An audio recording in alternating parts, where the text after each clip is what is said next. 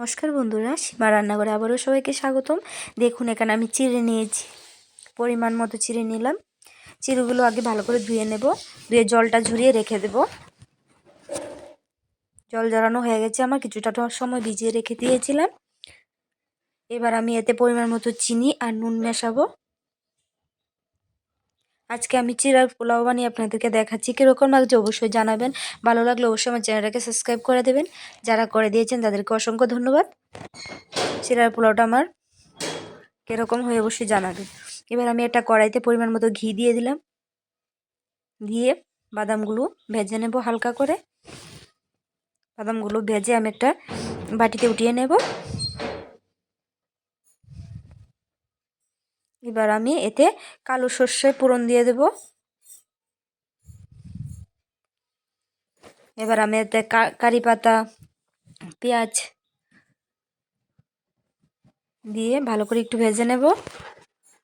সর্ষেটা আমার কালো হওয়া পর্যন্ত অপেক্ষা করে নেব।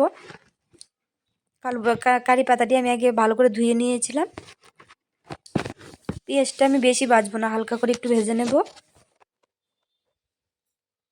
এবার আমি একটু সামান্য হলুদ গুঁড়ো অ্যাড করব। নুনটা যেহেতু দেওয়া আছে আমার আর দেব না।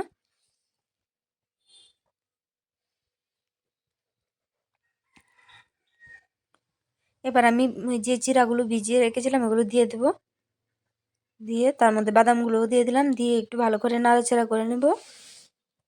দেখুন দেখুন বন্ধুরা, কালারটা কি সুন্দর এসেছে। এবার আমি কয়েকটা কাঁচা লঙ্কা চিড়ি চিড়ি করে দিয়ে দেবো, যেহেতু আমার বাচ্চা খাবে তার জন্য আমি কাঁচা লঙ্কাটা পরেই দিলাম। আপনারা পেঁয়াজের সাথেই দিতে পারেন, কোনো অসুবিধা নেই। এবার নামিয়ে সবাইকে সার্ভ করে দিলে হয়ে গেল চিড়ার পোলাও। কীরকম লাগছে অবশ্যই জানাবেন। ভালো লাগলে কমেন্ট করতে ভুলবেন না, লাইক দিতেও ভুলবেন না। আমার পাশে থাকবেন, আমাকে এইভাবেই সাপোর্ট করে যাবেন।